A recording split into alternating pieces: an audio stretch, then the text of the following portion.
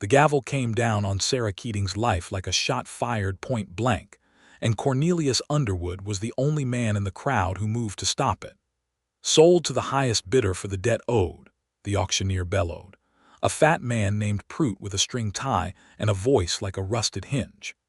The Keating parcel, 160 acres bordering Willow Creek, along with the labor contract of one Sarah Keating, indentured for a term of 3 years to satisfy her late father's obligations. The crowd gathered outside the Laramie County Courthouse in the spring of 1878 murmured, and shifted their boots in the mud left by the last windstorm. Sarah stood at the edge of the platform in her gray wool dress, her jaw set so tight it ached, watching strangers bid on the only home she had ever known in this country. Her father had died 8 months before, and in the chaos of grief she had trusted the wrong men to help her sort his debts. Now those debts had grown teeth. "I will not stand for a labor contract on a free woman," she said, loud enough to carry, though her voice shook at the edges. "There is no law in the territory of Wyoming that allows a person to be sold like a horse." Prout did not even look at her. "The law allows for indenture to satisfy debt, Miss Keating, same as it always has. Your father signed the papers himself before he passed. Now if you would step back from the platform." That was when Cornelius Underwood pushed through the crowd, his hat low over his brow, a canvas coat dusty from 3 days of hard riding. He was not a large man in the way that draft horses are large, but there was a stillness to him that made people step aside without quite knowing why, the way animals will move off a trail when they scent something they cannot name. "I would like to see those papers," he said. Prout's eyes flicked to him with the practiced dismissal of a man who dealt in desperate people every week of his life. "This is a legal proceeding, mister. You are welcome to bid same as any other man here." "I did not ask to bid," Cornelius said. "I asked to see the papers. A man ought to be able to look at what he is bidding on, and a woman ought to be able to look at what is being done to her. Seems fair to me." There was a ripple of agreement in the crowd, low but real. Sarah looked at the stranger properly for the first time. He had a weathered face, maybe 32 or 33 years old, with a scar along his jaw that had healed pale against sun-browned skin, and eyes the color of creek water in shadow, gray-green and watchful. He did not look at her the way the other men in that crowd looked at her, the way that measured her like livestock. He looked at her like she was a person standing in the middle of a wrong being done, and he intended to do something about the wrong rather than the woman. Prout hesitated, glanced toward a man standing near the back of the crowd, a tall rancher in a fine black coat named Silas Vance, who owned the largest spread in the valley and who had, Sarah would later learn, quietly financed half the debts strangling half the small farms along Willow Creek. Vance gave the smallest shake of his head, and Prout's hesitation firmed into refusal. "The papers are in order and filed with the county clerk," Prout said. "This auction will proceed." "Then I will need a moment," Cornelius said, and before anyone could stop him he swung up onto the platform steps 2 at a time and put his hand flat on the auctioneer's ledger, not violently, just immovably, the way a man might hold down a door in a wind. "Because I rode through Cheyenne 3 days back and heard talk that this same office recorded a filing error on the Dunmore parcel last month, sold a man's cattle out from under him on a debt that had already been paid. I would hate to see the same mistake made twice in one season, Mr. Prout, on account of how bad that would look for the county clerk when the territorial marshal comes asking questions." It was a bluff, at least in part. Cornelius did not know for certain there was an error in Sarah Keating's papers, but he had learned, in another life he no longer spoke of, that men who profited from other men's fear moved fast to cover fear of their own, and Prout's face went the color of old paper. "There is no error here," Prout said, but his hand had gone to the ledger too, protective, and that told Cornelius everything he needed to know. "Then there is no harm in the lady seeing her father's signature with her own eyes before you sell her like a plow horse," Cornelius said. "Seems like the decent thing." The crowd had gone very quiet now, the kind of quiet that put pressure on a man to do the right thing simply because everyone was watching to see if he would. Pruitt looked to Vance again, and this time Vance gave a short nod, calculating that refusal would draw more attention than compliance, that a wounded farmer's daughter looking at a piece of paper changed nothing about the outcome he wanted. The ledger was turned. Sarah stepped up onto the platform, her heart hammering, and looked down at the signature that was supposed to be her father's. She had seen her father's hand thousands of times, on letters to her mother back in the old country, on the deed to the very land she was standing near, on the Bible where he recorded her birth date in his careful, foreign-schooled script. This signature slanted the wrong way. The K in Keating curled where her father's never curled.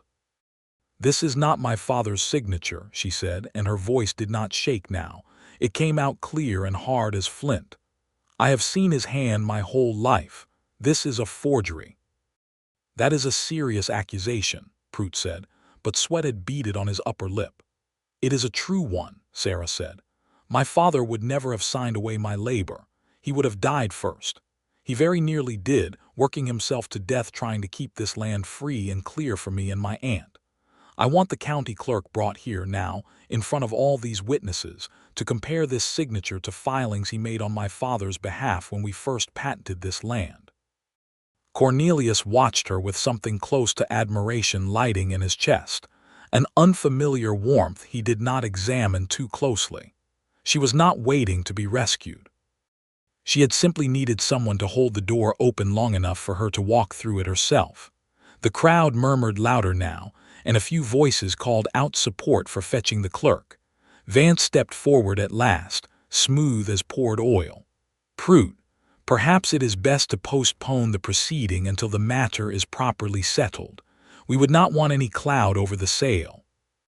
It was, Sarah would understand only much later, the worst thing Vance could have done for his own designs, and the smartest thing he could have done to protect himself in the moment, because a postponed auction drew far less scrutiny than a forced one. Pruitt banged his gavel once more, this time in retreat. "This auction is postponed pending review," he announced, and the crowd broke apart into 100 private conversations, and Sarah Keating found herself standing on a courthouse platform in the Wyoming spring wind, breathing hard, looking at a stranger who had, for reasons she did not yet understand, decided her fight was worth wading into. "Thank you," she said. "Mister, I am sorry I do not know your name." "Cornelius Underwood," he said, taking off his hat, and something in the way he said it, a fraction of a pause before the name, made her wonder, though she would not ask, not yet, whether that name fit him the way a man's own name should. "Sarah Keating," she said, though he already knew that much. "I would ask what brought you to interfere in my business, but I find I am too grateful to care." "I do not much care for watching a person get sold," Cornelius said simply. "Where I have been, I have seen enough of it. Seemed like a fine morning to make somebody's life a little harder for trying." She studied him, the dust on his coat, the exhaustion under his eyes, the way his horse stood tied nearby with its head low, and its ribs a little too visible along its flank. "You look like a man who has been traveling hard and eating poorly," she said. "If you will walk with me to my wagon, I have bread and salt pork enough to share, and you can tell me why a stranger rides 3 days out of his way to interrupt an auction that was none of his business." "I would like that," Cornelius said, and meant it more than he had meant almost anything in a long while. They walked together to the edge of the square where her wagon waited, an old sturdy thing with Willow Creek Ranch painted faded on the sideboard, and as she unwrapped the cloth from her provisions, Sarah Keating had no way of knowing that she was about to feed the first honest meal Cornelius Underwood had eaten as himself, under his own chosen name, in almost 4 years. The bread was dense and dark, made with rye flour her aunt insisted on keeping in the pantry no matter how expensive it was to freight in, a taste of the old country that Sarah's family had carried across an ocean and half a continent. The salt pork was salted the way her father had taught her, heavy on juniper berry, a trick from some bohemian neighbor back when they first settled in this valley 6 years before. Cornelius ate like a man who had forgotten what it felt like to sit still while eating, and Sarah watched him with the particular attention of a woman who fed people for a living and took real pleasure in watching hunger satisfied. "You are the ranch cook," Cornelius said between bites, nodding at the practiced way she had laid out the meal, the care and how she'd wrapped the bread to keep it from the dust. "I cook for my aunt's ranch hands, yes, when we can afford to keep any," Sarah said. "6 men in a good season. 2 this year since the debts started eating everything we have. I do the books too and half the writing and most of the doctoring when someone gets thrown or gored. My Aunt Alina runs the business side, but her hip has been bad since the winter before last, so more of it falls to me. Sounds like more than one job." "Everything out here is more than one job," Sarah said. "You learn to be 5 things before breakfast or you do not last the season." Cornelius nodded slowly, thinking of his own life, how many things he had been forced to be, some of them things he was not proud of. "I know something of that," he said, and left it there, and Sarah, sensing the wall behind those words, did not press. "Where are you traveling from, Mr. Underwood?" "South," he said. "Colorado, before that Texas, though I try not to think too hard on Texas." He looked out at the mountains rimming the valley, blue-gray under the high spring clouds. "I am looking for honest work. Heard there might be some in this valley, ranch hands, fence work, that sort of thing." "There might be," Sarah said carefully, "though I would tell you plainly before you commit to anything that Willow Creek is not the safest bet right now. My family's debts are being called in faster than makes sense, and I am starting to believe someone wants us gone from that land more than they want to be repaid." "Vance," Cornelius said. It was not a question. Sarah's eyebrows lifted. "You know the name already." "I have been in this territory 3 days," Cornelius said. "Long enough to hear it twice from strangers in a saloon in Cheyenne, once with fear in their voice and once with anger. A man like that leaves a shadow wherever he stands. I saw him at the back of that crowd today, and I saw the way the auctioneer looked to him before he did anything. That is not the look a man gives a bystander." Sarah felt something loosen in her chest, a recognition that this stranger was not merely brave. He was observant, the kind of man who read a room the way she read weather, and out here reading whether wrong could kill you. "Silas Vance owns 11,000 acres bordering Willow Creek to the north and east," she said. "He has been trying to buy us out for 2 years, ever since the railroad survey came through talking about a spur line that might run near the creek. My father refused every offer.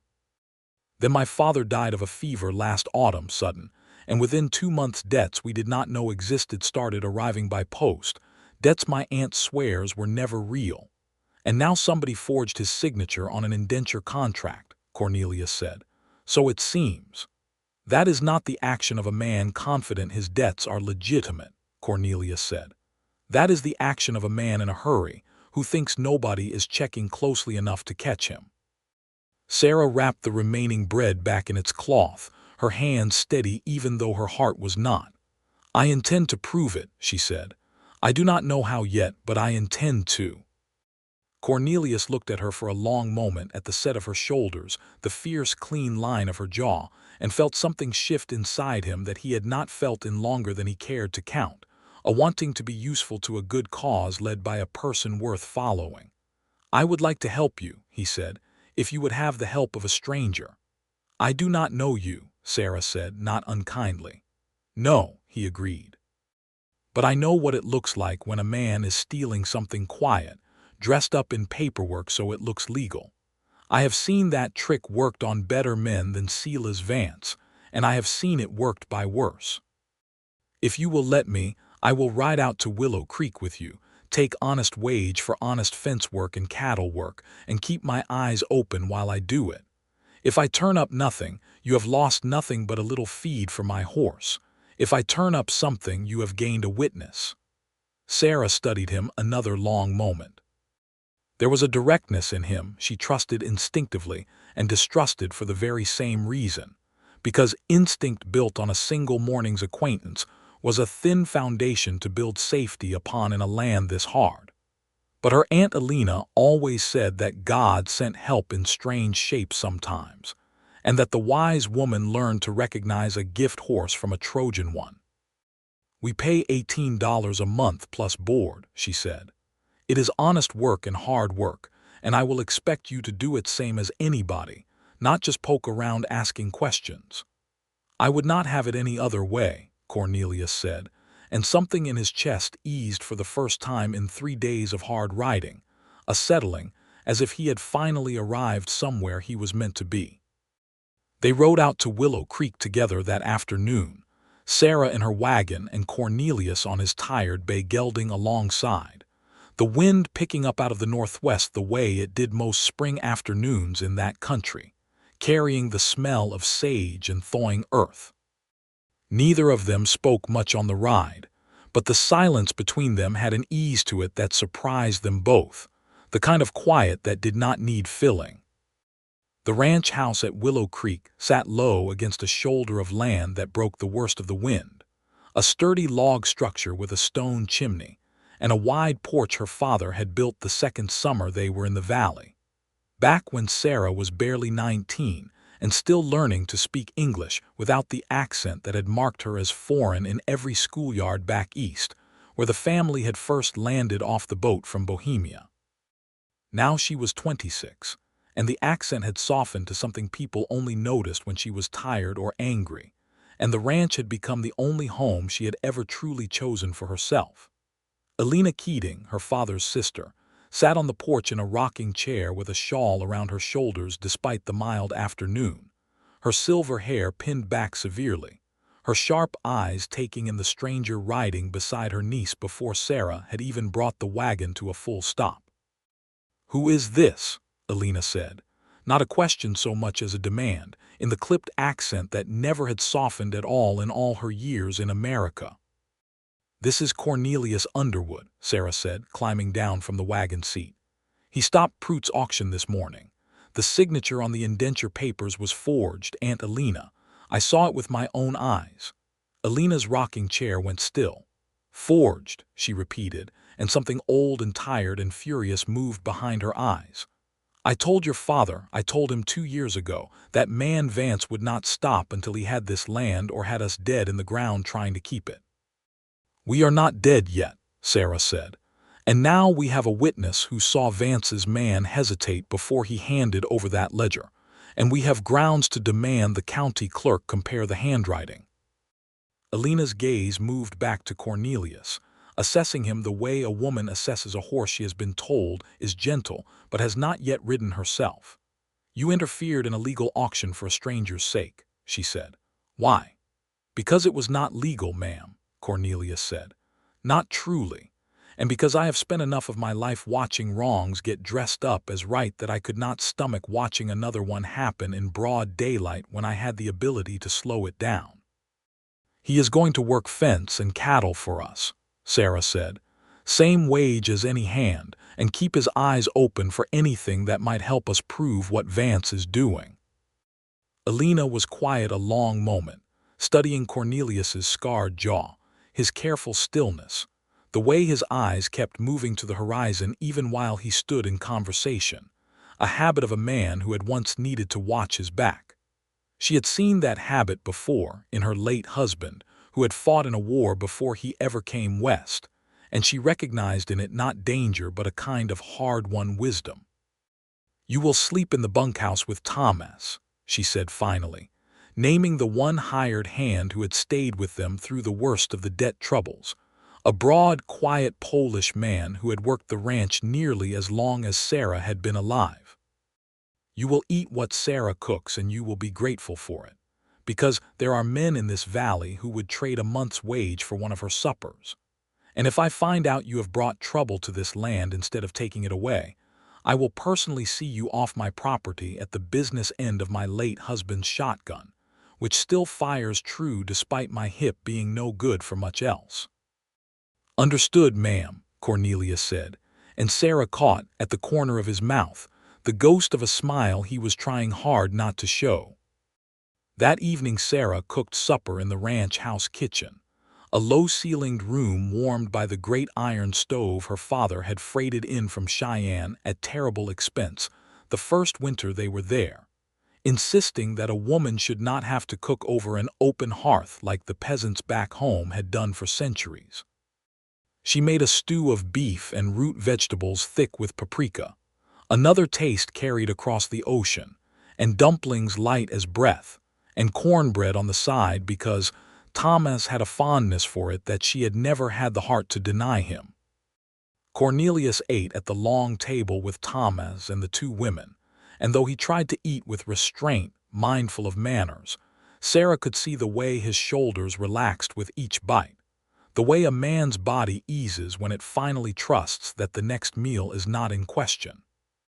She found herself watching him more than she meant to, cataloging the details of him the way she cataloged weather signs, the strength in his hands, worn rough with rope burn and old scars, the careful way he thanked her for each dish as though gratitude were a discipline he practiced rather than a manner he had simply been taught.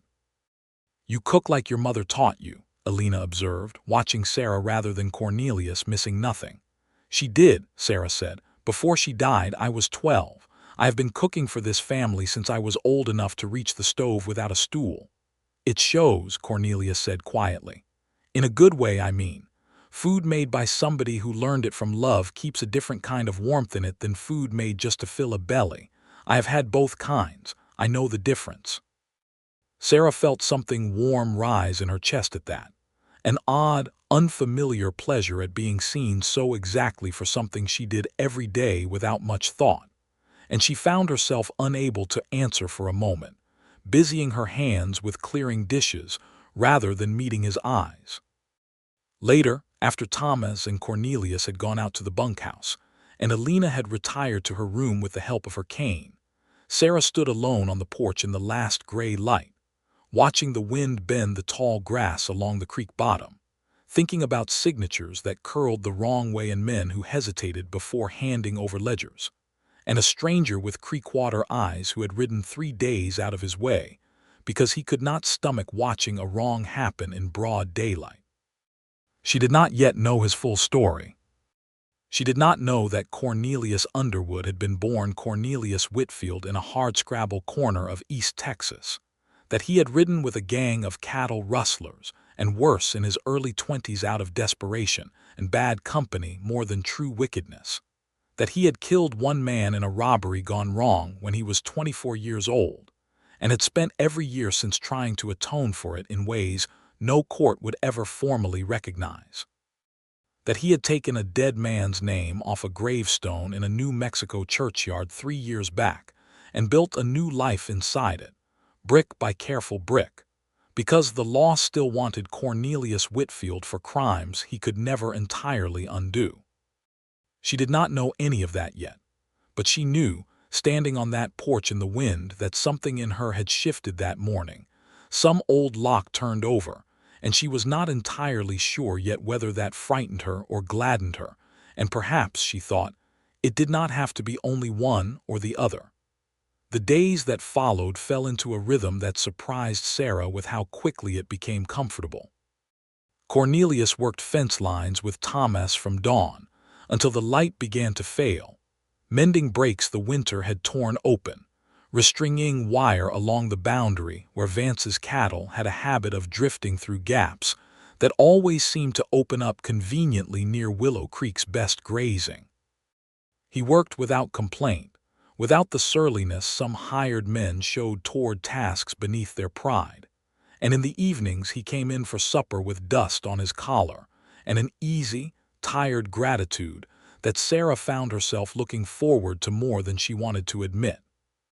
On the 4th evening, as she set a pot of coffee on the stove after the meal, she caught him lingering in the kitchen doorway rather than heading straight out to the bunkhouse. "Something on your mind, Mr. Underwood.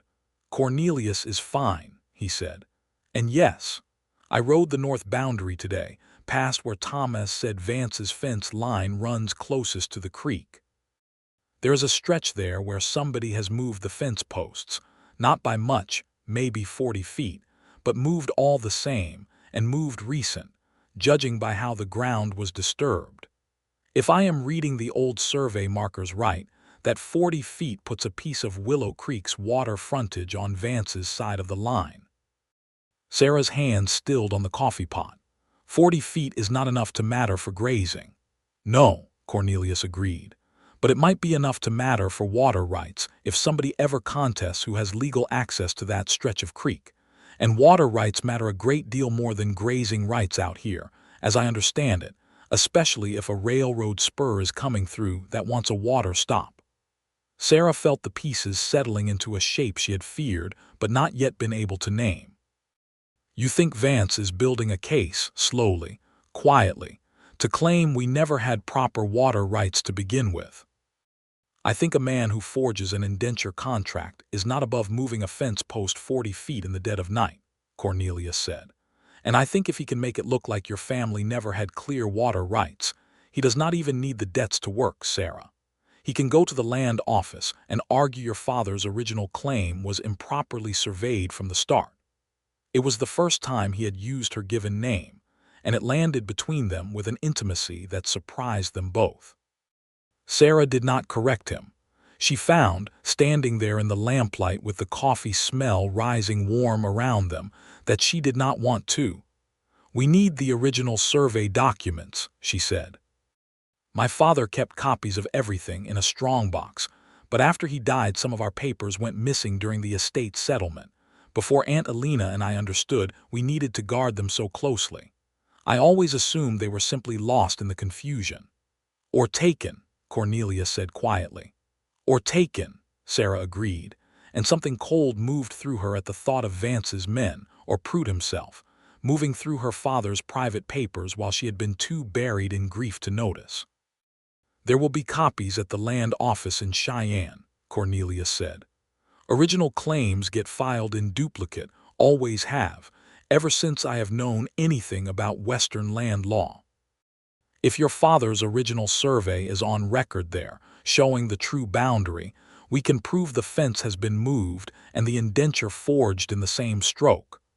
Cheyenne is 2 days' ride, Sarah said. Then we had best leave within the week, Cornelius said, before Vance moves any faster than he already has. Sarah looked at him for a long moment, weighing the word we, the easy way he had folded himself into her fight without asking permission to belong there, and found, to her own quiet surprise, that she wanted him to come. Not merely for the practical use of a second set of eyes and a strong arm on a dangerous road, though that mattered. She wanted his company on the road itself, wanted more evenings like this one, lamplight and coffee, and the low, steady sound of his voice working through a problem alongside her rather than for her.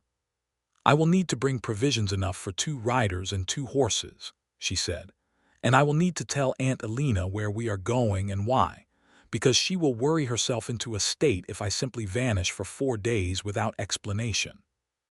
Fair enough, Cornelius said, and something like relief passed over his face at her use of we, at her assumption that she would ride with him rather than send him alone, and Sarah understood, without either of them saying it aloud, that this had become a partnership rather than a rescue, and that mattered to both of them more than either was yet ready to name.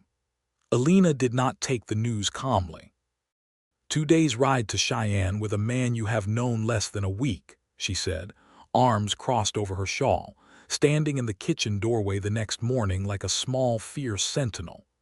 Sarah, I understand the necessity, but you must understand how this looks. I do not much care how it looks, Sarah said. I care whether we keep this land or lose it, and right now the only path I see toward keeping it runs through the land office records in Cheyenne. Then I will come as well, Alina said. Your hip cannot manage 2 days on horseback, Aunt Alina, and you know it. Someone must stay and manage the ranch besides, and keep an eye on things here while Thomas holds the fence lines. I trust you for that far more than I trust myself. Alina's jaw tightened, the particular stubborn set that Sarah had inherited from her without ever quite realizing it. Your father would want me to protect your reputation as fiercely as your land. My father would want me alive and this land still ours, Sarah said gently, And I do not believe those two things require me to sit at home simply because propriety says a woman should not ride 2 days with a man who is not her husband. We will camp separately. We will conduct ourselves properly. And I promise you, Aunt Alina, if Cornelius Underwood proves anything other than the honest man he has shown himself to be this past week, I will handle him myself, and you know I am capable of it. Alina studied her niece for a long moment, then let out a breath that was half laugh, half sigh. You have your mother's stubbornness and your father's recklessness, God rest them both, and somehow you have survived to 26 years old anyway. Go then, but you will take the good rifle and you will send word the moment you reach Cheyenne, and you will not, she added, pointing a finger with surprising force, let that man's pretty eyes turn your good sense to porridge. I saw the way you looked at him over supper last night. Sarah felt heat climb her cheeks. I do not know what you mean. You know precisely what I mean, Alina said, but there was no real anger in it, only the tired affection of a woman who had buried her own husband years before and understood, better than most, how rare and precious it was to find a person worth looking at twice in this hard country. Go carefully, Sarah, and come home to me. They left the following morning before first light, the sky still holding the deep blue of pre-dawn, the horse's breath fogging in the cold spring air. The road to Cheyenne ran southeast along the rail line for much of its length, past scattered homesteads and open range where cattle grazed in loose herds that belonged, in that unfenced country, to whoever had branded them and driven them there. They rode largely in comfortable silence through the first morning, broken by the ordinary talk of travel, the state of the road, a hawk circling high overhead. But as the sun climbed and the day warmed, the conversation opened into something deeper. Tell me about Texas, Sarah said, not because she suspected anything specific, but because she had noticed, over the past week, the careful way he steered around any mention of his past, the way a rider steers around a hole in the ground he does not want to examine too closely. Cornelius was quiet a long moment, long enough that Sarah wondered if she had asked something she should not have. I was not always Cornelius Underwood, he said finally, his eyes fixed on the horizon rather than on her. I was born under a different name, in a hard corner of East Texas, to a father who drank and a mother who died trying to give me a sister who did not live either. By the time I was 17, I had fallen in with men who were not good men, and I did things in their company I am not proud of. There was a robbery that went wrong when I was 24. A man died. I did not pull the trigger that killed him, but I was there, and I have never once told myself that makes me innocent. Sarah's chest tightened, but she did not pull her horse away from his, did not flinch. What happened then? I ran, Cornelius said. For a long while I ran and drank, and told myself the world had made me what I was, and I owed it nothing back. Then about 3 years ago I was riding through New Mexico territory, half-starved and half-drunk, and I stopped in a little churchyard outside Las Vegas, New Mexico, to water my horse at a well there. And I saw a headstone for a man named Cornelius Underwood who had died as an infant 50 years before, never lived past his first winter, buried under a name nobody else had ever worn to adulthood. I do not entirely know why, but something in me broke open that day. I took his name, not to hurt his memory, but because it felt like a name nobody else needed, a name I could fill up honest instead of leaving it empty in the ground. I have been trying to be a man worth that name ever since. Sarah rode quiet beside him for a long moment, the only sound the creak of saddle leather and the wind moving through the grass. The law still wants the other man, she said finally. It was not quite a question. There is still a warrant, yes, Cornelius said. Not for murder, the courts never proved I fired the shot that killed that man, but for the robbery itself, and for riding with men who were later hanged for worse.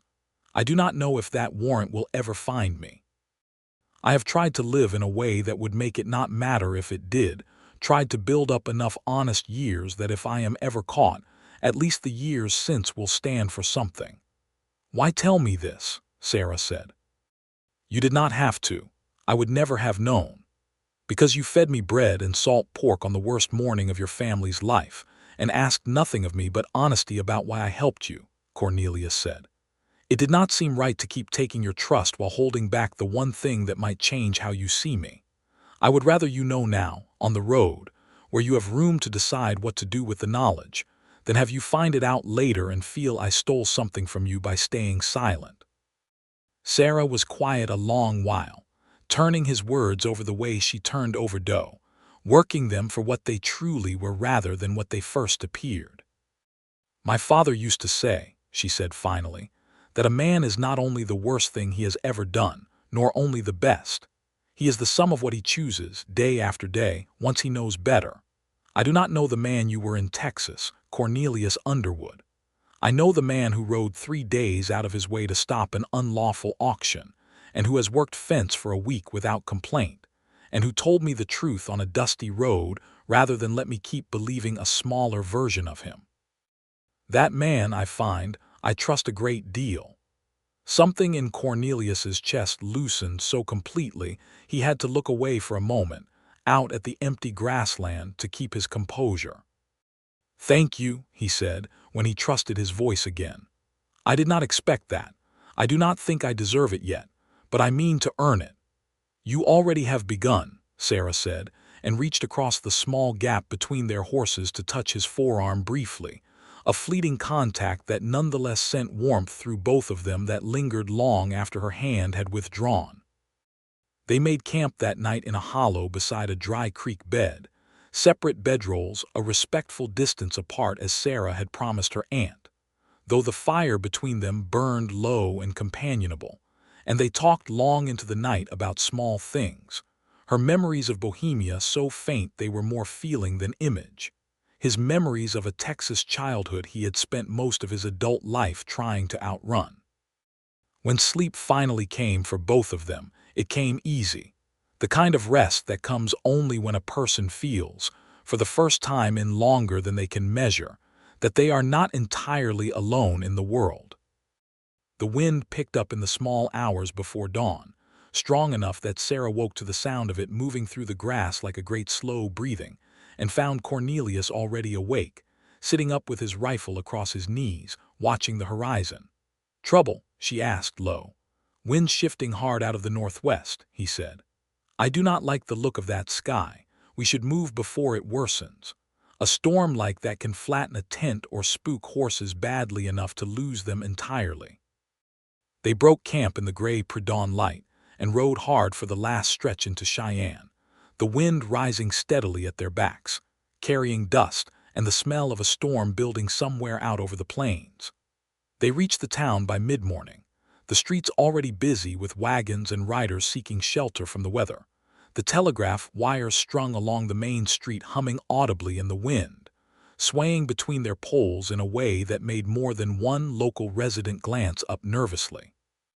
The land office was a squat brick building near the courthouse, staffed by a thin, ink-stained clerk named Mr. Halloway, who looked up with mild surprise when Sarah explained what she needed. "The original survey filing for the Keating claim," Sarah said. "Filed in 1872, when my father first patented the land along Willow Creek." Halloway disappeared into the records room for the better part of an hour while the wind outside grew steadily louder, rattling the windows in their frames, and returned finally with a thick folder, dust on its edges. "Here it is," he said, laying it open on the counter. "Original survey, filed and witnessed, showing the eastern boundary running along the natural creek bed at this marker here." He pointed to a hand-drawn map, precise and dated, showing the boundary Sarah had grown up believing was fact. "This has never been amended in our records. Then whoever moved that fence post did so without any legal filing to support it," Cornelius said, "which means it is trespass on Vance's part, not error on the Keating side." "May I have a certified copy of this?" Sarah asked, and something in her voice must have carried the full weight of what was riding on the answer, because Halloway looked at her with new attention. "I can prepare one within the hour," he said. "There is a fee, of course." "I will pay it," Sarah said, and did not care how much it cost. While Halloway worked, Sarah and Cornelia stepped outside to check on the horses and found the town transformed in the short time they had been indoors. The wind had risen to a howl, dust and debris flying down the main street, a loose barrel tumbling end over end past the general store while men shouted and grabbed for anything not tied down. Overhead, the telegraph line swayed violently, and even as they watched, one pole near the edge of town cracked and leaned, its wire drooping toward the street. "This is no ordinary blow," Cornelius said, squinting against the grit stinging his eyes. "We need to get the horses to shelter and get that document secured somewhere dry before this gets worse."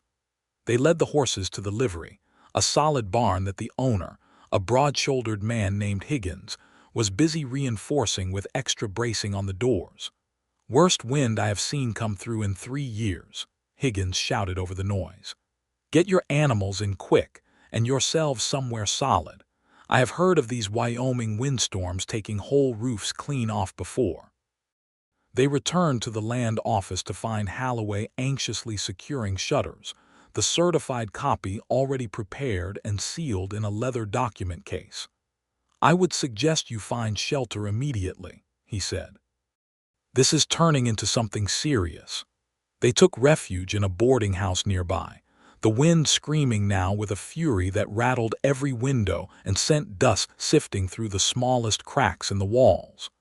Sarah sat by the window watching the street outside disappear into a haze of blown dust and debris, her hand resting protectively on the leather document case in her lap. "We have what we came for," she said, though her voice was tight with the tension of the storm and the tension of everything riding on that single piece of paper. "Now, we simply have to survive the ride home to use it." Cornelius sat across from her, close enough that their knees nearly touched in the small room, and for a long moment neither of them spoke, listening to the wind try the shutters like something alive and searching for a way in. "I have ridden through storms before," Cornelius said quietly. "Bad ones. I have never once ridden through one feeling like I had this much waiting for me on the other side of it."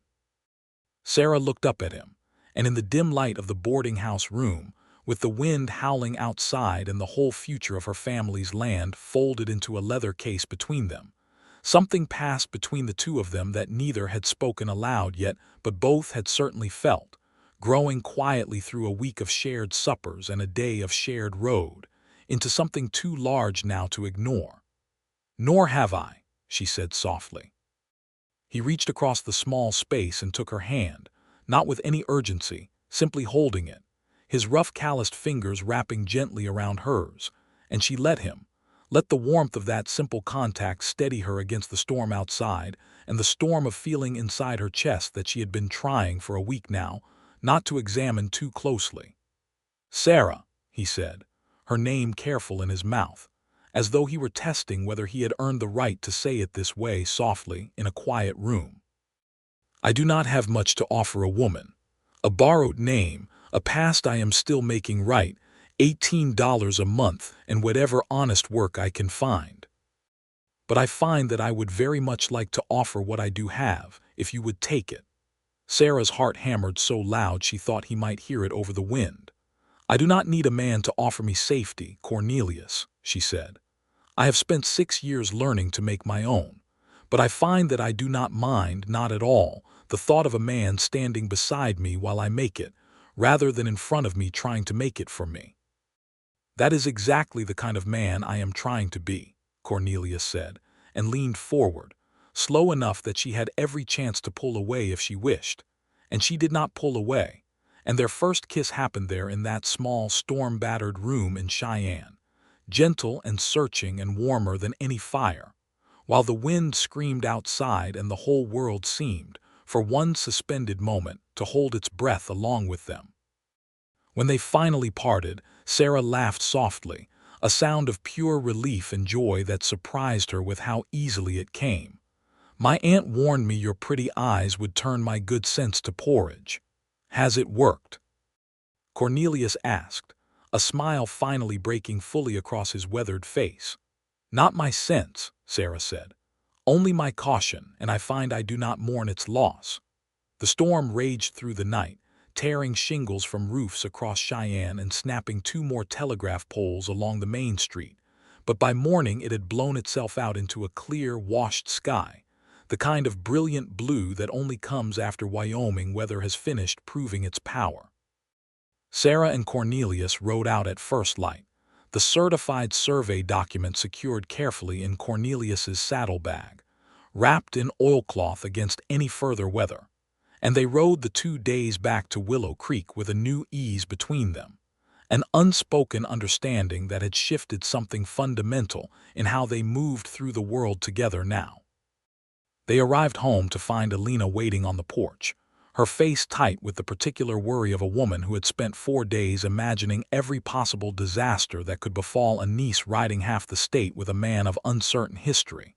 And when she saw them both safe, and saw too, in the way they rode close together and dismounted with a new easy familiarity, exactly what had shifted between them, she said nothing at first except, "You are both filthy and you both look like you have not slept. And Sarah, your face is doing something I have not seen it do since before your father died. Come inside. I want the whole story, and I want supper in that order or I will not survive the suspense." Over supper, Sarah laid out the survey document, and Alina studied it with the sharp attention of a woman who had helped her late brother fight for this land from the very beginning. "This proves the boundary," she said. "This proves the fence has been moved unlawfully. But it does not yet prove the indenture forgery, and it does not yet prove Vance ordered either crime. We need more than a boundary line to bring down a man like Silas Vance in a court of law, or even in the court of public opinion in this valley, where half the ranchers owe him money one way or another and will be slow to speak against him. Then we need to find who forged that signature," Cornelius said. "Prout knows. I saw it in his face at the auction. A man that frightened of a ledger being examined too closely has something specific to hide, not just a general guilty conscience." "Prout will not talk easily," Alina said. "He is more frightened of Vance than he could ever be of us." "Then perhaps we do not need him to talk," Sarah said slowly, an idea forming. "Perhaps we need to force the situation into the open where he has no choice but to answer in front of witnesses, in a setting where Vance cannot quietly intervene the way he did at the courthouse." "The rescheduled auction," Cornelius said, understanding immediately. "When is it set?" "Prout's notice said 2 weeks from the original date," Alina said, "which puts it in 5 days' time." 5 days is not much time to build a case that will hold up in public," Cornelius said, "but it might be enough time to find who actually held the pen that forged my father's signature," Sarah said. "Someone wrote that. Someone practiced that hand." It was close enough to fool a grieving woman's first glance, but not close enough to fool 6 years of watching my father write. Whoever did it had access to his letters to study his hand, and had a reason to want us gone from this land specifically. "Vance's foreman," Alina said suddenly, sitting forward. "Amos Reed. He used to do bookkeeping before he came to work for Vance, back when he worked briefly for the county clerk's office, before your father and I even settled here. I remember your father mentioning it once, years ago, as an odd little piece of local history. If anyone in this valley has both the skill and the access, it would be him." "Then we need proof he did it," Cornelius said, "or a witness to say he did, or some paper trail connecting him to the forged document." Sarah's mind was already working, turning the problem the way she turned a difficult recipe, looking for the ingredient that would make everything else come together. "The land office," she said slowly. "If Amos Reed once worked in the county clerk's office, there may be records of his handwriting on file there from that time, official filings he would have had to sign or witness. If we can obtain a sample of his hand from those old records, we can compare it directly to the forged indenture." "That would mean another trip to the county clerk's office here in Laramie," Alina said, "which is a good deal closer than Cheyenne, thankfully, only a half-day's ride." "Then we go tomorrow," Sarah said, "and we have 4 days after that to build whatever case we can before the auction proceeds again." That night, after Alina had retired and Thomas had returned to the bunkhouse, Sarah found Cornelius on the porch, looking out at the stars scattered thick and bright across the dark Wyoming sky, the aftermath of the storm having scrubbed the air clean and clear. "You are thinking hard about something," she said, coming to stand beside him at the porch rail. "I am thinking that 5 days is not very long," Cornelius said, "and that if this does not work, if we cannot prove Reed's hand on that document in time, you stand to lose this land and your freedom both, and I stand to have failed the first thing that has truly mattered to me in longer than I care to admit."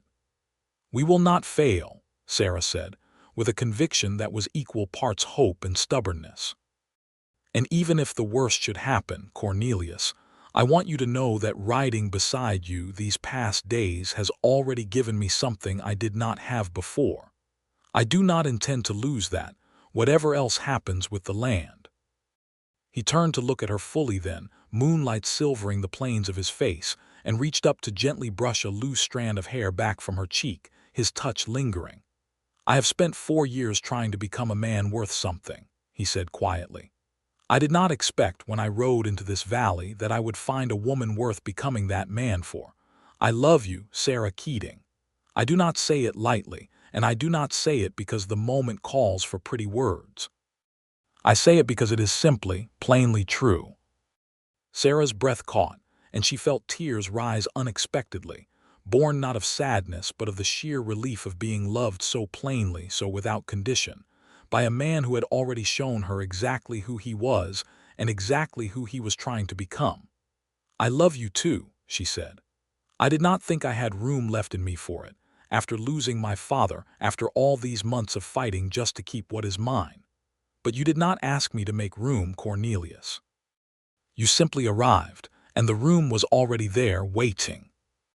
He kissed her again there on the porch, slower this time, unhurried, a promise more than a question, and the wind moved soft through the grass around them, gentled now, carrying none of the fury of the storm 2 nights before, only the quiet green smell of a Wyoming spring settling into its fullness. The trip to the Laramie County Clerk's office the next day yielded exactly what they had hoped. Buried in dusty record books from 6 years prior, they found 3 separate documents witnessed and signed by one Amos Reed, then a junior clerk in the office, his hand distinctive in its particular slant, the same curling K that had marked the forged indenture contract as false the moment Sarah had laid eyes on it. "It is a match," Sarah breathed, comparing the old filing to the copy of the forged document she had insisted on making before returning the original to the courthouse for safekeeping. "Look at the K, and the way he crosses his T with that little upward flick. It is unmistakable, side by side like this." "It is enough to raise serious questions," Cornelius said, "but a judge might still call it coincidence, 2 men writing similarly. We need something harder, a confession or a witness or Reed's own admission caught in a moment he cannot take back." "Then we need to speak with Amos Reed directly," Sarah said, "before the auction, and see if a man confronted plainly with his own hand exposed will hold his nerve or break it." "That is dangerous," Cornelius said. "If Reed tells Vance we are onto him, Vance may move faster to cover his tracks, or worse, may decide we have become a genuine threat rather than a nuisance." "I am aware of the danger," Sarah said.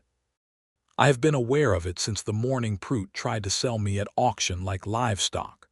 I do not intend to stop being careful, Cornelius, but I do intend to keep moving forward. Staying still has never once protected anyone in this valley from Silas Vance." They found Amos Reed 2 days later at a small line shack near the boundary between Willow Creek and Vance's holdings, where he had ridden out alone to check on a section of fence, a stroke of fortune that Sarah privately credited to Thomas, who had made a quiet habit of watching Vance's riders come and go over the past week, and had passed word of Reed's solitary patrol schedule. Reed was a thin, nervous man in his 40s, with ink-stained fingers that had never quite lost their old clerking habit despite years of ranch work since, and when Sarah and Cornelius rode up to the shack and dismounted, His face went the pale color of a man caught fully in the act of something he had hoped never to answer for. "Miss Keating," he said, his voice unsteady. "Mr. Underwood, I do not know what business you have out here." "We know about the indenture papers, Mr. Reed," Sarah said, keeping her voice level controlled, though her heart hammered fiercely. "We have compared your hand from your years at the county clerk's office to the forgery on my father's signature. The match is unmistakable. We are prepared to bring both documents before the court at the reconvened auction in 3 days' time." Reed's hands trembled visibly, and for a long moment he said nothing, staring at the ground between his boots. "Vance said nobody would ever check that far back," he said finally, his voice barely above a whisper. "Said the records from those years were forgotten, that nobody would think to look." "But you did do it," Cornelia said, not unkindly. "You forged the signature." "He threatened my family," Reed said, and now his voice cracked with something like genuine despair. "My daughter is sick, has been for 2 years, and the medicine costs more than I could ever earn honest. Vance offered to cover every cost, every doctor's bill if I did this one thing for him. I am not proud of it. I have not slept a full night since I did it. But I have a daughter who is alive today because of what I did, and I cannot regret that part, even if I regret everything else." Sarah felt her anger soften just slightly into something more complicated, a recognition that the world she was fighting was built not of simple villains, but of desperate people caught in a larger man's schemes, forced into choices no person should have to make. "Mr. Reed," she said, "I understand what it is to be desperate for the people you love. I do not condemn you for wanting to save your daughter. But I need you to understand that what Vance is doing does not stop with my family. If he succeeds here, he will do this again to some other family, some other daughter, some other desperate father caught in his web. The only way to truly protect your family, and every family in this valley, is to tell the truth now, in the open, where Vance can no longer use fear to control what people say." Reed's face worked through something painful, fear warring visibly with a conscience that had clearly been eating at him for months. "If I testify against him," he said, "he will ruin me. He will call in every debt, take my land, and I will have nothing left to protect my daughter with at all." "We will help you," Cornelia said, before Sarah could even offer it herself, and she looked at him with fresh warmth at how naturally he offered aid alongside her rather than in place of her. "There are other ranchers in this valley Vance has wronged quietly over the years. If enough voices come forward together, no single man among us bears the full weight of Vance's retaliation alone. We can find you honest work, help with your daughter's medicine if it comes to it. But we cannot promise you safety if you continue to protect the man who put you in this position to begin with. He has already shown he is willing to sacrifice you the moment it becomes convenient." Reed was silent a long while, the wind moving soft through the grass around the little line shack, and finally he nodded, slow and heavy, like a man setting down a burden he had carried too long. "I will tell the truth," he said. "At the auction in front of everyone. God help me, I will tell it."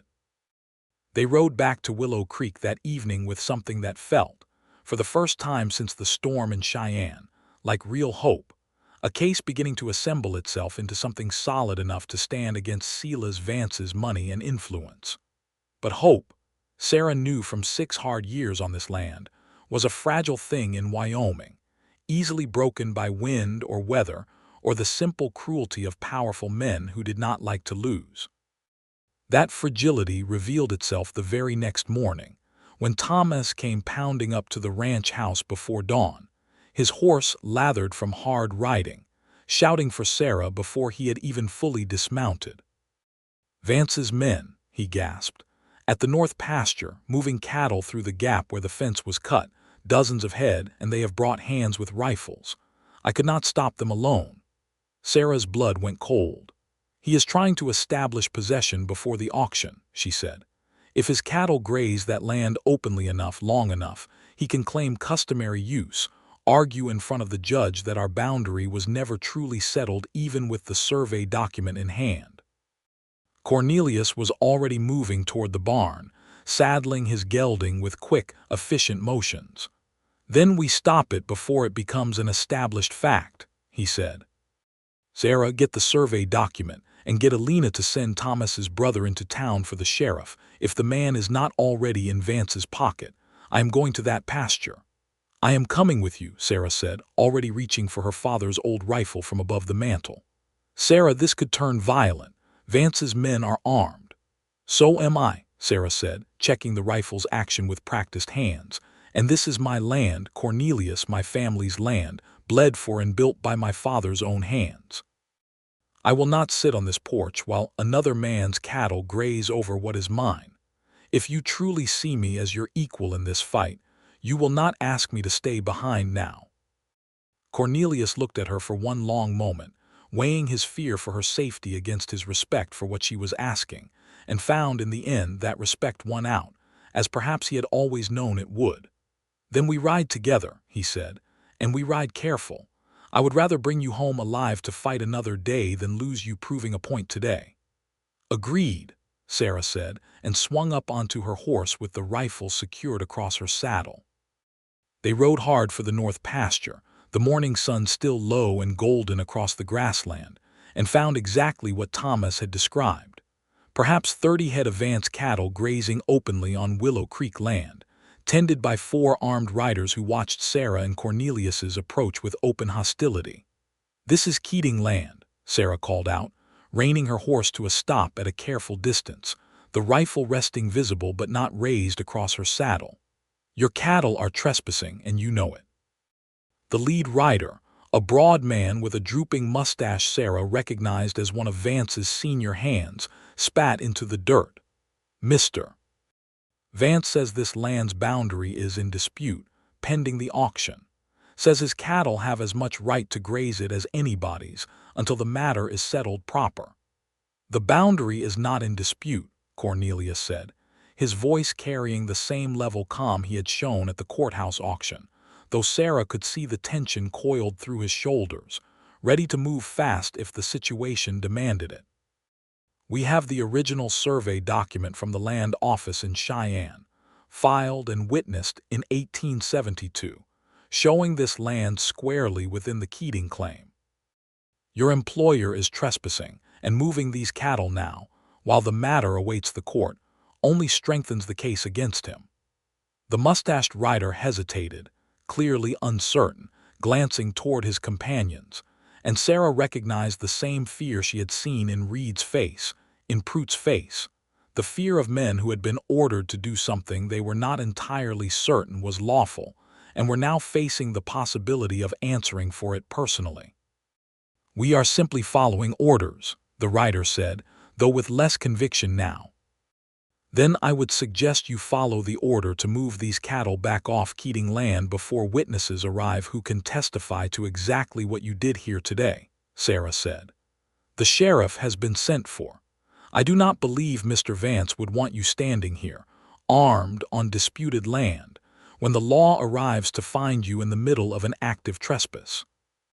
It was a bluff about the timing, the sheriff being at least an hour distant even at a hard ride. But the mention of the sheriff, combined with the rider's own evident unease, was enough to tip the balance. After a long, tense moment, the mustached rider muttered something to his companions, and slowly, grudgingly, they began pushing the cattle back through the cut fence toward Vance's side of the boundary. "You have not won anything," the rider called back over his shoulder as they departed. "Mr. Vance will have this land one way or another before the season is done." Sarah watched them go, her heart still hammering with the aftermath of tension, and felt Cornelius's hand come to rest briefly on her shoulder, steadying and warm. "You did well," he said quietly. "Better than well. You did not flinch." "Neither did you," Sarah said, and found herself smiling despite the lingering fear, a smile born of the fierce satisfaction of having stood her ground and held it. "We make a fair team, Cornelius Underwood." "I begin to think we make more than fair," he said, and the look that passed between them then held a warmth that had nothing to do with cattle or boundaries or the fight still ahead of them, and everything to do with the simple, growing certainty that they had found in each other something neither had expected to find in this hard country. A partner, a home, a love built not on rescue but on mutual courage freely given. They repaired the cut fence together that afternoon, working alongside Thomas in a silence that had become comfortable rather than strained. And that evening, over supper, Alina listened to the full account with her sharp eyes moving between her niece and the man who had, in barely 2 weeks, become something far more significant to this family's fight than a hired hand. "Vance will not take today's setback quietly," Alina said. "A man like that, cornered on multiple fronts, becomes more dangerous, not less. We must assume he knows by now that Reed has spoken with us, and that we have the survey document. He will move to protect himself before the auction, one way or another." "Then we move faster too," Sarah said. "We gather every rancher in this valley who has been wronged by Vance's schemes and bring them together before the auction, so that when Reed testifies, he is not standing alone against Vance's money and influence. Strength in numbers, the way my father always said the old country taught him, before he ever came to America." Over the following 3 days, Sarah and Cornelius rode across the valley visiting neighboring ranches, some small like Willow Creek, others modest but stable, gathering quiet testimony from families who had suffered under Vance's schemes in ways large and small.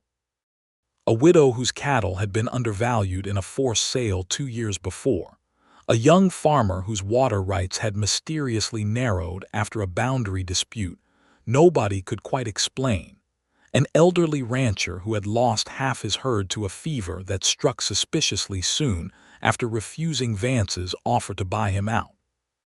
Each visit added another thread to the case building against Vance, and each evening Sarah and Cornelius returned to Willow Creek a little more exhausted, a little more determined, and a little more in love, their partnership deepening through shared purpose in a way that neither had experienced before, work and courtship woven together into something neither had a name for but both recognized as rare and precious.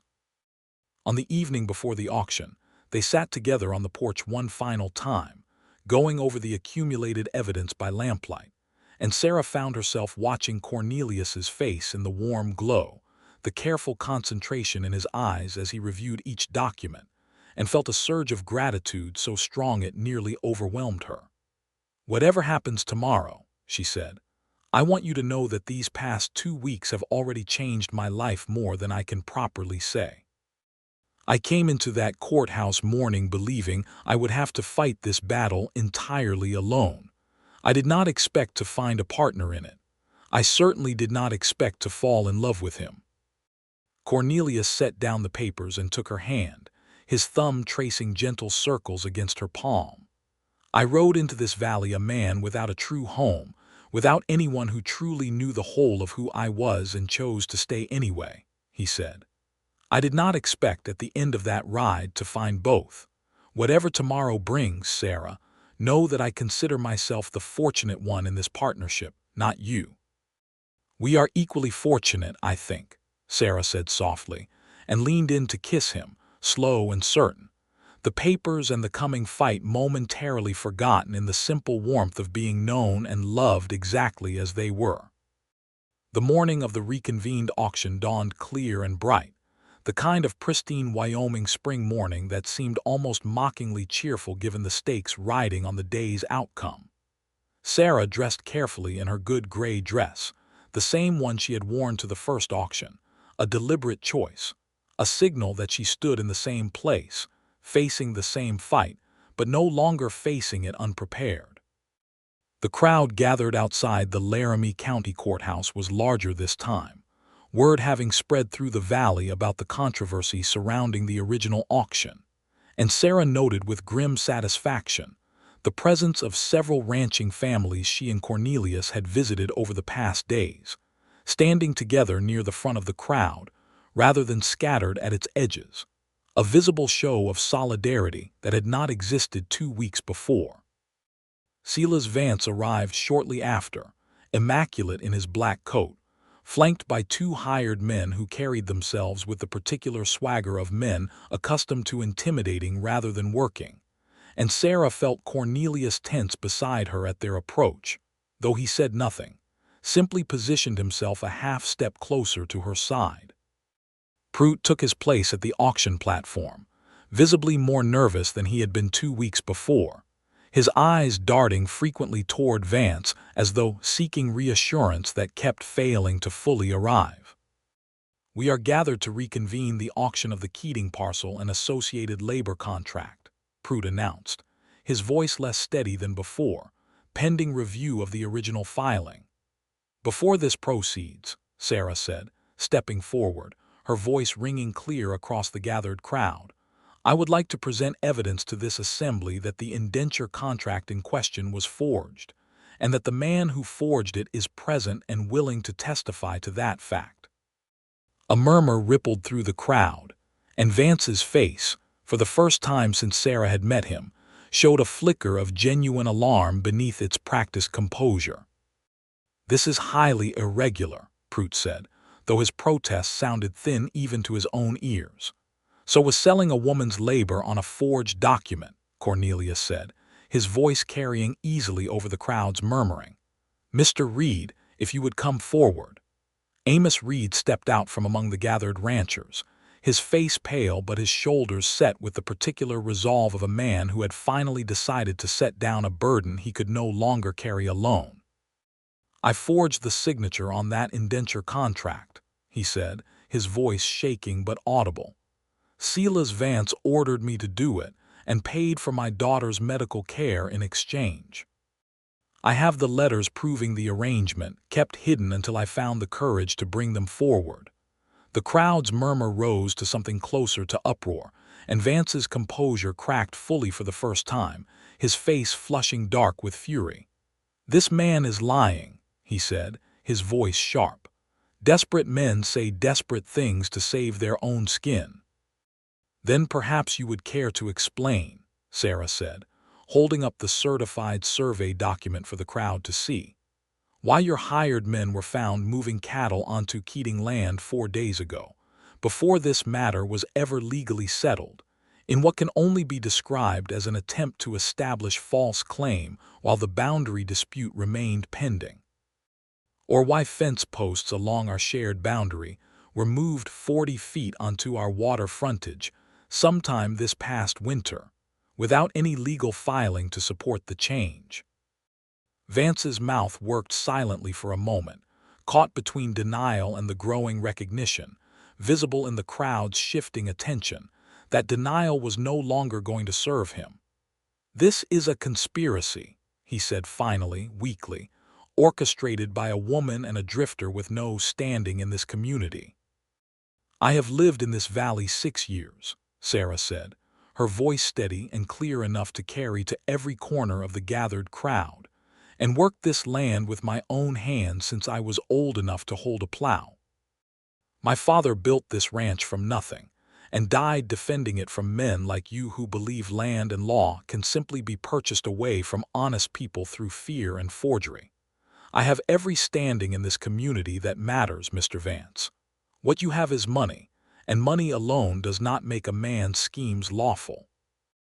A voice rose from the crowd, the widow whose cattle Vance had undervalued 2 years before, stepping forward to add her own testimony, and then another rancher, and another, each adding their piece to a growing chorus of grievance that Vance had clearly never expected to face gathered together in one place, at one time, with the courage of numbers behind them. Pruitt, sensing the tide turning irreversibly, took a step back from the platform's edge, his own complicity in the forged document suddenly a far more pressing concern than completing the auction. "I move to postpone this proceeding indefinitely," he said quickly, "pending full investigation by the territorial marshal into the matters raised here today." The crowd's approval was immediate and vocal, and Vance, recognizing that his careful schemes had unraveled entirely in the space of a single morning, turned and pushed his way through the crowd toward his waiting horse, his 2 hired men following in a retreat that had none of the swagger they had arrived with. "This is not finished," Vance called back over his shoulder, though the threat rang hollow, the words of a man who had lost far more ground than he was willing to admit in front of witnesses. "No," Sarah called back, her voice ringing with hard-won triumph, "but it is finished for you, Mr. Vance. The territorial marshal will want to speak with you very soon, I imagine, about forged documents and unlawful trespass both." The crowd's cheer at Vance's retreat was genuine and warm, and Sarah felt Cornelius's hand find hers, squeezing gently, and turned to find him watching her with an expression of such open pride and love that her breath caught entirely. "You did that," he said quietly, just for her. "All of it. I only helped hold the door open. You are the one who walked through it every single time." "We did it together," Sarah said. "I could not have gathered this evidence alone, could not have found Reed, could not have stood here today with this much strength if you had not ridden into that first auction and refused to look away from a wrong being done. We built this case together, Cornelius, same as we have built everything else these past 2 weeks." The territorial marshal arrived from Cheyenne within the week, drawn by the combined weight of testimony and evidence that Sarah and the assembled ranchers had gathered. And though the full legal process would take months to fully resolve, Vance's schemes collapsed swiftly under the accumulated weight of forged documents, unlawful trespass, and multiple ranchers willing to testify to years of quiet intimidation. He would eventually face charges for fraud and forgery, his vast landholdings partially seized to satisfy the damages owed to the families he had wronged, and though he would never serve significant prison time, thanks to a clever lawyer and a sympathetic judge in a neighboring county, his power in the valley was broken beyond any hope of rebuilding, and he departed the territory entirely within the year, his schemes unraveled by the very people he had underestimated. Amos Reed, in exchange for his testimony, received a measure of leniency from the marshal's investigation and found honest work at a neighboring ranch, his daughter's medical care taken up in part by a fund the grateful ranching families organized together, a small act of mercy born from Sarah's insistence that justice and compassion need not stand opposed to one another. But it was on Willow Creek itself, 3 weeks after the auction, that the true resolution of Sarah Keating's story unfolded, not in a courthouse or before a crowd, but in the quiet warmth of the ranch house kitchen where it had all, in some sense, begun. Sarah stood at the great iron stove, preparing supper for Alina, Thomas, and Cornelius, the rhythm of the work as familiar and grounding as it had always been, when Cornelius came in from the evening chores, dust on his collar in the same way it had been that very first night, and paused in the doorway watching her with an expression she had come to know well, the particular warmth that seemed to fill his whole face whenever he watched her at this work. "I have something to ask you," he said, and something in his voice made Sarah turn from the stove fully to face him, wooden spoon still in hand. "You look nervous," she said, a small smile touching her mouth. "I have not seen you nervous since the day you stood on that courthouse platform and bluffed Prude into hesitating." "I am considerably more nervous now than I was then," Cornelius admitted, and crossed the kitchen to stand before her, taking the spoon gently from her hand and setting it aside, holding both her hands in his instead. "Sarah Keating, I have spent most of my adult life running from who I was, trying to become someone worth the name I borrowed from a stranger's grave. I did not know, until I rode into this valley 3 weeks ago, what that worth would actually feel like once I found it. It feels like standing in this kitchen, watching you cook, knowing that whatever comes next in my life, I want it to be beside you." Sarah's heart was hammering so loud she was certain he could hear it. "Cornelius Underwood, are you asking me what I think you are asking me?" "I am asking you to marry me," he said, and there was no hesitation in it now, only the plain, steady certainty of a man who had thought long and hard about what he wanted and found the answer had been in front of him since the very first morning. "I know I am not what your father might have pictured for you. I have a past that will always follow me some distance, a name that is not truly mine by birth. But I love you more completely than I have ever loved anything in my life, and I would spend every day proving myself worthy of that love, if you will let me stand beside you doing it." Sarah felt tears rise, warm and unashamed, and found she was laughing even as they fell, a sound of pure, overwhelming joy. My father would have looked at the man who interrupted an unlawful auction because he could not stomach watching a wrong happen, who worked fence without complaint, who told me the truth about his past on a dusty road rather than let me love a lie, and he would have said that man had earned every right to ask for his daughter's hand twice over. "Yes, Cornelius. Yes, I will marry you." He kissed her then, right there in the kitchen with the stew simmering forgotten on the stove behind them, and when they finally parted, both laughing now, breathless with happiness, they found Alina standing in the doorway with her cane and her sharp, knowing eyes, a smile breaking across her weathered face. "Finally," Alina said, "I thought I might have to arrange this match myself, the way things were dragging on. Thomas, fetch the good brandy from the cellar. We have a wedding to plan, and I intend for us to celebrate properly tonight regardless." They married 3 weeks later, in early June, in a simple ceremony on the porch of the Willow Creek Ranch house, with the mountains standing blue and clear against a cloudless sky, and the creek running full and bright with spring melt below the pasture. The ranching families Sarah had gathered together against Vance's schemes came in force to celebrate, filling the yard with wagons and laughter, and the smell of a dozen different dishes brought to share. A true community feast born from a fight that had, in the end, brought neighbors closer together rather than driving them further apart. Sarah wore a dress her mother had brought from Bohemia decades before, carefully preserved and altered to fit, a thread of the old country woven visibly into this new beginning, and Cornelius wore a borrowed suit that fit him poorly through the shoulders and did not matter in the slightest, because the way Sarah looked at him as he waited for her beneath the porch's wooden arch made every ill-fitting seem entirely irrelevant. Alina stood as witness, her sharp eyes bright with unshed tears she would never openly admit to, and Thomas stood beside Cornelius as the closest thing to family the man had claimed in this new life.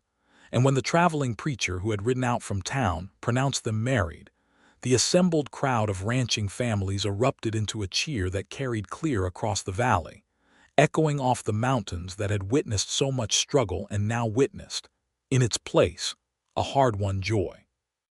That evening, after the celebration had wound down, and the last of the guests had departed for their own ranches under a sky thick with stars, Sarah and Cornelius stood together on the porch where it had all truly begun, the survey document that had saved her family's land, framed now and hung inside the house as a reminder of what courage and partnership could accomplish, and the fence lines beyond the yard standing solid and unmoved, marking a boundary that would never again be quietly stolen in the dead of night.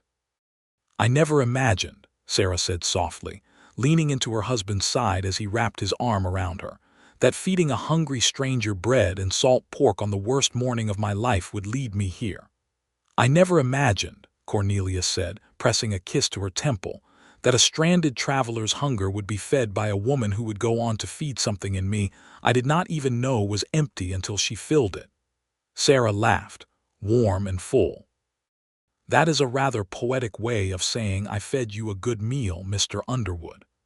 "It is the truest thing I have said all day," Cornelius said, "truer than any wedding vow, though I meant every word of those two. You fed a hungry man that morning, Sarah, and somewhere in the middle of bread and salt pork, you fed a feeling in me I did not have a name for until I watched you stand on that courthouse platform and refuse to be sold like livestock. I think I loved you before I even understood what the feeling was." "And I think," Sarah said, turning in his arms to look up at him fully, the stars scattered bright above the mountains behind him, "that I loved you the moment you put your hand on that ledger and refused to let Prout look away from the wrong he was about to do. I did not have a name for it either, not then. I only knew that for the first time since my father died, I did not feel entirely alone in the fight. "You will never feel that alone again," Cornelius said, the promise simple and absolute, "not for as long as I have breath to stand beside you." They stood together on that porch a long while, the ranch quiet and settled around them, the wind moving gentle through the grass, rather than the violent howling fury it had carried the day they rode into Cheyenne together. And Sarah thought, watching the stars wheel slowly overhead, that this was what her father must have hoped for when he first brought his family across an ocean and half a continent to build something lasting in this hard, beautiful country. Not merely land, though the land mattered, and not merely safety, though safety mattered too, but a home built on love freely chosen, courage freely given, and a partnership strong enough to weather any storm the wide Wyoming sky might yet send their way. In the years that followed, Willow Creek Ranch grew steadily under Sarah and Cornelius's joint stewardship, its herds increasing, its fences holding firm against every boundary dispute that arose in that hard country, its kitchen always warm with good food and good company for any traveler who found themselves stranded on the road with an honest need and an empty stomach. Sarah never stopped cooking, never stopped feeding the hands and the neighbors and the occasional weary stranger who wandered through, and Cornelius never stopped watching her do it with the same quiet wonder he had felt that very first morning outside the Laramie County Courthouse, grateful every single day for the moment he had chosen to push through a crowd and refuse to look away from a wrong that was not, strictly speaking, any of his business, and had found in doing so the truest business of his life, waiting for him on the other side of it.